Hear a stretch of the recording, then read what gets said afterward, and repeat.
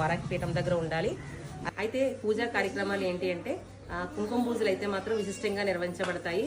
రాత్రి సమయంలో ఉంటాయన్నమాట కుంకుమ పూజలు. అలాగే హోమం అయితే మాత్రము ఆఖరి రోజు అనమాట, జూలై 4వ తారీఖున హోమం అనేది ఉంటుంది. వారిని కలశస్థాపన చేస్తాము ఎర్లీ మార్నింగ్ అనమాట. కాబట్టి మనము పంచమి, ఆ మధ్యలో పంచమి ఏదైతే వచ్చిందో పంచమికి మాత్రం అభిషేకం అయితే ఉండదు, ప్రతి ఒక్కరు కూడా గమనించాలి. అలాగే నవరాత్రుల్లో బుధవారం వస్తుంది కదా, బుధవారం అయితే మాత్రం తెరవబడుతుంది.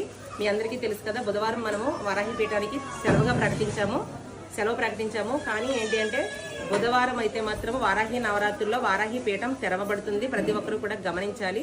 నేను ఎందుకు పదే చెప్తున్నానంటే కొంతమంది సెలవు అనేసి ఆ దృష్టిలో ఉండిపోతున్నారు నవరాత్రుల టైంలో.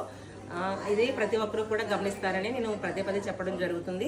అలాగే పూజా కార్యక్రమాల్లో కానీ హోమంలో కానీ ఎవరైతే పాలు పంచుకోవాలనుకుంటున్నారో వాళ్ళందరూ కూడా మన వారాహి పీఠం ట్రస్ట్ సభ్యులను కానీ లేదంటే ఇక్కడ నేను కింద ఇచ్చిన ఫోన్ నెంబర్స్ని కానీ సంప్రదించండి.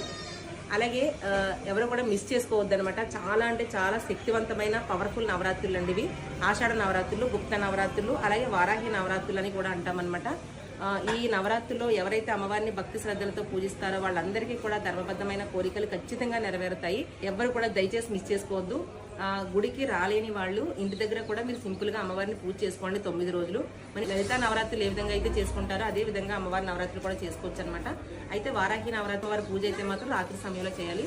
ప్రతి ఒక్కరూ కూడా మిస్ చేసుకోకండి. జై వారాహి మాత.